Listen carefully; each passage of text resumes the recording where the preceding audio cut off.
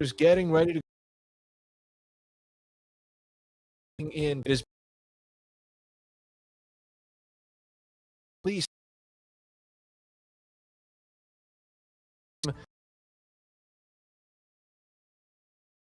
back in the Eastern Conference. Welcome into 7-6 Live Countdown presented by Tissot. I am Brian Seltzer, Lauren Rosen. Great to see you. The 76ers trying to put an end to this modest and very brief two-game losing streak as they visit the Milwaukee Bucks in the second night, Lauren, of a back-to-back, but it starts an all-important two-game series in which the 76ers trail in the three-game season series 0-1 against a team that's 3.5 games behind them in the standings. And you got to remember that first game between the Sixers and the Bucks was such an exciting one, went into overtime at the center. Joel Embiid did not play in that one. He is available tonight. But like you said, second night of a back-to-back after a hard-fought one last night in South Philadelphia. The Sixers will have their hands full this evening. Lauren, we know that the vibe check is a critical sub-beat of yours. We have also recently assigned you to the injury report sub-beat because it's changing. It seems like by the day, by the hour. Give us the rest of the latest of what we might expect to see or not see tonight against the Bucks. All right, Seltz, I got you. Joel Embiid not on the injury report this evening, much to the collective happiness of Sixers fans. Seth Curry upgraded to probable with that left hip flexor recovery. Tobias Harris also upgraded to probable with that right knee soreness. Furkan Korkmaz, who turned his ankle last night in South Philadelphia, is questionable. Ben Simmons out, still dealing with that non-COVID illness. I'm sure we'll go over that maybe once or twice again before the end of the show, but just to review, Seth and Tobias probable, Ben out, Furkan questionable. And great to hear that Joel Embiid is available for the Sixers tonight. He obviously wants to meet the requisite number of games to be in consideration for the MVP award. He had 38 points last night in the 76ers 116-113 loss to Phoenix. Also 17 rebounds and 4 assists. It was a great, entertaining game, Lauren, a game that wasn't played outside of 10 points from start to finish. Really competitive, hard fought, went down to the wire, and the lasting impression was what I would say one of the best shots of Joel Embiid's career. It just happened not to go into the basket. That shot would have gone down in history. It probably still will when you think about the circumstances. 0.8 seconds left. He turns and goes full court. It rims out.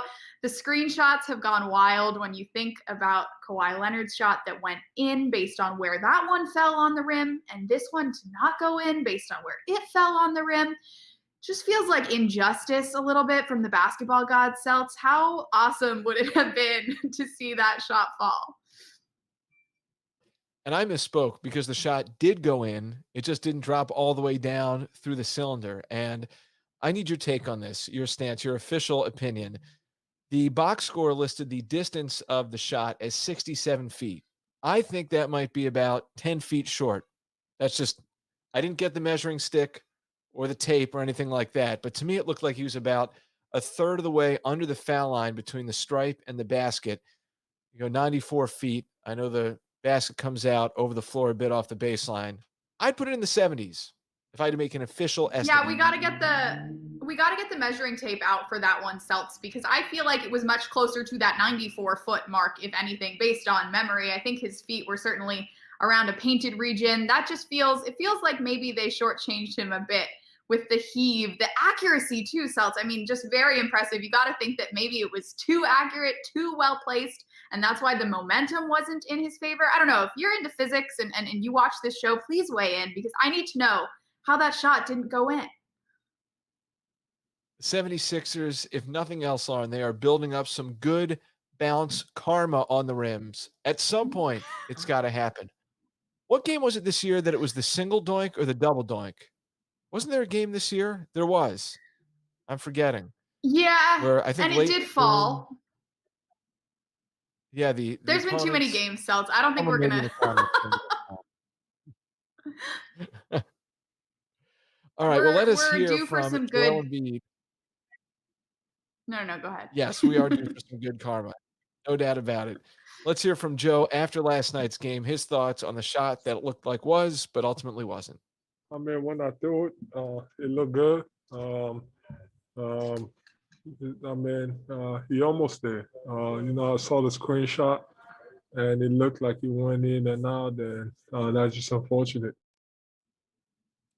And that was just the Joel and culmination, I Lauren, of what was a great sequence in the final minutes when Joel was going off and Devin Booker started going crazy. You're talking about two all-stars who are really close off the court, from all accounts, and they were having a great kind of battle out there on the floor in the final minutes.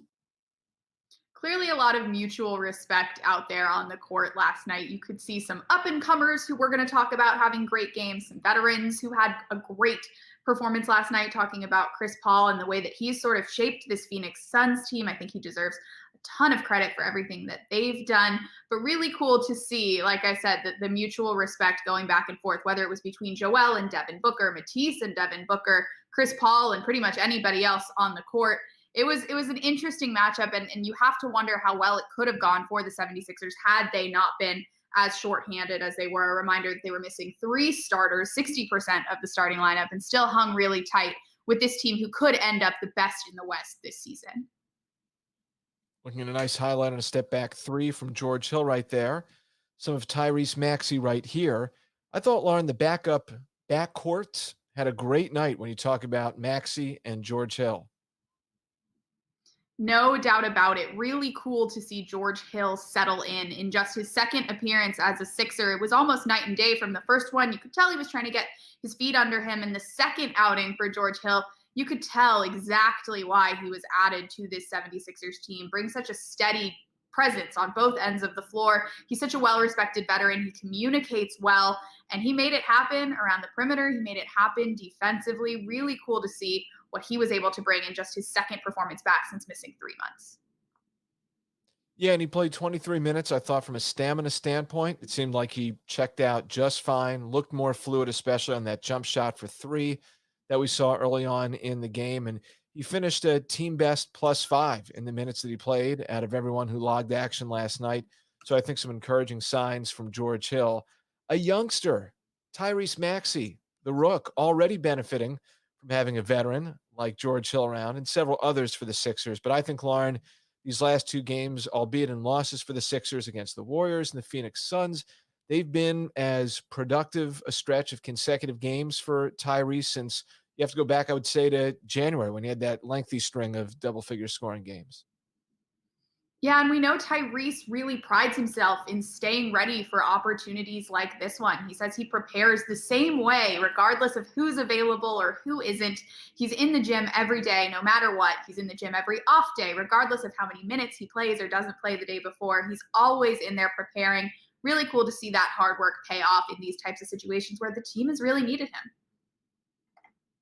Defense was very solid, I thought, relatively speaking, to how he's played this year against Phoenix last night. And he just brings a dynamic that we don't quite see out of the rest of the 76ers backcourt players. I mean, he's got such a bounce on the pull-up shot right there from around 16 feet. And we obviously know that he can make his way and weave his way inside for tough baskets. Yeah, it's clear that he's starting to figure out how to maneuver around bigger guys than he's ever played against before. Seeing the way he worked on Dario just now, seeing the way that he was able to drive through traffic. Hopefully I get an example. Okay, I'll take that example. I think it's been really cool to see the way that he's acclimating to the game. And even in limited minutes, every time he's come out and had bigger minutes, he's shown improvement, which is just a great sign from the young fella. I'm going to have to put this on the list of things to ask him at some point. But to me, it looks like he's also put on some more muscle. I mean, listen, his frame, how he can drive to the basket, the way that he can explode and use that speed, but also with his frame being a little bit undersized, but also built in the upper body. I mean, I think that that gives him a great advantage as far as when he's coming at you downhill, like what we're seeing right there. Well, he's spending a ton of time in the gym, so you have to imagine that plays a role. I know he frequently attends the team's post-game parties in the weight room. Got to do some digging and see if he's won the big energy chain yet. I'd honestly be surprised if he hasn't because of how much energy he brings to the gym every day and the energy he brings to the floor. Doesn't take long to get the impression that Tyrese is sponge-like when it comes to the information and knowledge and lessons he tries to absorb from some of the older players around him. And he gave them a shout out after the game last night. Yeah, I mean, of course, the staff does a really good job of, just helping the young guys. And then, of course, we have I say the best vets in the league. You have a great variety. You have superstars like Ben and Joe, even Tobias, in my opinion. Then Tobias, who, hit early in his career, didn't play much, and, now he is where he is. You have Danny Green, has the same kind of story and also has 3 rings. Dwight, who's been a superstar, now is on a role player on a really good team, won a championship. And then just player development guys, Tyler, Spencer, Coach Hughes, everybody. It's like they say it takes a village to raise a child. So I think that's how the model that we can go with. I got to ask you a really important, pertinent question, Lauren. You think Tyrese is a Pigpen era fan, a Keith fan, a Brent fan, a Vince Welnick, Bruce Hornsby fan? I got to ask. Seltz, come on. You're setting me up to fail right now. I have no idea what any of those words mean, and I'm not ashamed to say it. Listen, my guy rocking the Grateful Dead Bears shirt after the game.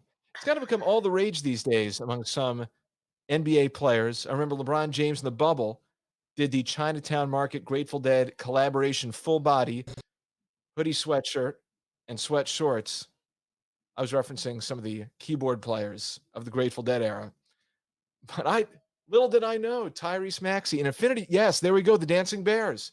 You can see them right there on his shirt.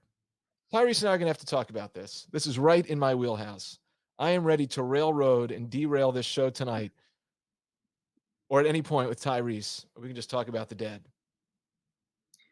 Well, Anyhow. look, I love your enthusiasm, and that's pretty much all I can offer to the conversation. I like to see people get excited about things they're passionate about, and that's all I'm experiencing right now because I have no idea what we're talking about. I can talk about basketball, though. We're looking at Tyrese warming up, as you see, 24 points over his last 2 games, led the bench last night with 14, and also clearly is just bringing such a positive attitude to the group. It's been a pleasure to watch him grow and develop more skills and bond with those veterans that he mentioned in that quote as the year has gone on. One thing is for sure, the Sixers during this stretch of the last couple games when we haven't seen the likes of Tobias Harris or Ben Simmons, Seth Curry's been in and out, is that the first round picks from the last 2 years, whether it's Maxey or Matisse Thybulle, they have really been great. And Matisse, he's been so solid all season long, but yet another example of how excellent he is on the defensive end came last night. Yeah, and playing really heavy minutes. This is a guy who had been averaging about 19 minutes a game, goes and plays 36, stepping into the starting lineup, and is tasked with guarding Devin Booker, one of the best scorers in the game right now. And Celts, he did it really well. I know we're going to hear from Doc Rivers, but just a very impressive outing for a young player to keep his head, not get into too much foul trouble. Of course, the foul trouble that he did get into, maybe not even warranted at all. Really cool to see the way that he was able to hold it down with a very tough assignment. Listen, I would say on the list of unenviable tasks for an NBA defender, having to chase around someone as dangerous as Devin Booker for an entire game, essentially, because Matisse played just over 35 minutes, has got to be one of the greater challenges you can face. And honestly, Matisse did such a great job on him throughout the entire night. And at the end of the game, we saw Devin Booker take it to another level. And I think that that's a testament to the type of player that Booker is, but also Matisse made it difficult for him. Well, it took most of those 36 minutes for Devin Booker to figure out some options against Matisse Thybulle. You see, this was one of the best blocks Matisse has had all season, but maybe even not the best one he's had all week. He's been so impressive with those block jump shots where he does lead the league. Really cool to see him go from out of a play to destroying a play in less than a second pretty frequently. Yep. Look at that. The lens doesn't lie. Crystal They called clear. a foul there. For those of you unaware of what photo this is, it looks like all ball to me, Sal. I'm not a scientist, though. Even, let's put aside whether the call was correct or incorrect. Just look at the eyes of Matisse Thybulle. Is that any surprise? Look at him tracking that basketball. Just such impressive stuff. It started at the beginning of the night. It lasted all the way through. Really cool to see the reputation that he's developing around this league as well. Yeah, we saw the graphic on the screen a few moments ago that Matisse is one of 2 players in the NBA with 80 steals and 50 blocks. Former 76er Robert Covington, the other player who is in that category. Doc Rivers, after the game last night, was asked about what he thinks as far as Matisse Thybulle's consideration for some year-end awards. And probably plays more minutes, all defense for sure for Matisse, in my opinion. It's funny.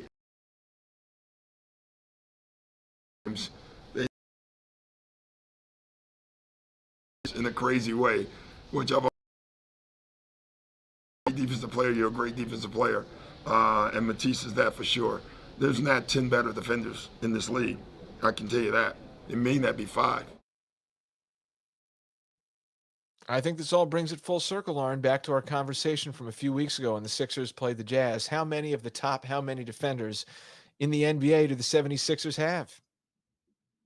I think we said 3 of 10. I think Doc might be suggesting they're 3 of 5, which we also discussed back then, but the defenders in question have only gotten better. Another one of Doc's quotes that I liked about Matisse last night, he talked about his performance on Devin Booker, and he said, I thought Matisse was unbelievable tonight. I thought he chased Devin to exhaustion. I don't know if anyone has done a better job on Devin. Overall, I thought Matisse was absolutely phenomenal. Really cool to hear that type of praise, especially in just Matisse's 7th start this season, not used to playing minutes that heavy. Good to hear his coach have his back after a really impressive and tiring outing. And tonight before the game, as we take a look at Matisse Thybulle inside Pfizer Forum, where the 76ers take on the Bucks in about 45 minutes, starting a key 2-game series, is that he compared Matisse to Deion Sanders in his pregame media availability tonight, which I thought was a very interesting and cool comp. Almost as interesting and cool as comparing him to Inspector Gadget. A lot of really good comps from Doc Rivers on Matisse Thybulle over the last couple of weeks. So there's Matisse warming up, working on that shot. The 76ers beginning a 2-game set with the Bucks. This on the second night of a back-to-back for the Sixers. Meanwhile, Milwaukee has not played since an overtime loss by 1 point on Monday to the Phoenix Suns. So I think it's great news for the Sixers that it seems like some of their top guys are going to be back. We know no Ben Simmons. Everyone else seems to be in play. It looks like Joel Embiid is going to play.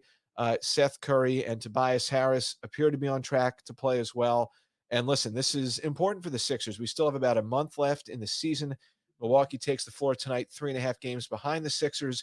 If they win 2 of these games and sweep the season series, that gives them obviously the tiebreaker. But hey, by the end of the weekend, they could be within a game and a half of the Sixers with 4 weeks to go, and that's not insurmountable ground. So this is an important 2-game series.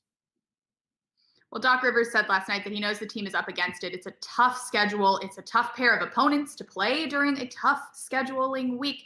But the mission is to go in there and win a pair and get that second tiebreaker. They already have the tiebreaker, of course, over the Brooklyn Nets. Would be great to have it over the number 3 team as well. But of course, got to temper expectations a little bit when you look at just how challenging this turnaround is. And of course, the absence of Ben Simmons, who was great in the first matchup between these 2 teams, is going to be felt, particularly on the defensive end. More on that, though, in just a second. Yes, let us do that. It is that segue right there. It is prompting the wrist to rise and for me to check the time, because I think we should just take that and go right into our Tissot Keys to the Game segue. What do we got? Lauren Rosen. Well, Seltz, you've heard me say it before. You've heard many say this one before. I don't love a cliche, but I do like this one. When you play someone like Giannis Antetokounmpo, you can't stop him. You can only hope to slow him down. Normally, Ben Simmons is your guy for slowing Giannis down, but luckily the Sixers have plenty of really strong defenders in their arsenal. But who will it be? Will it be some Joel Embiid minutes? Maybe Matisse Thybulle has a little left in the tank if they want to throw a smaller, quicker guy on him? Does George Hill get some time against him? Does Tobias Harris play and get some time against him? It'll be interesting. It'll probably be by committee, but if you can slow Giannis down, who leads the Bucks across the board, especially on the offensive end, you can have a pretty good shot at winning this one. I know I took a couple extra seconds, but I had to go through all the options. A lot of good defenders on this team, so.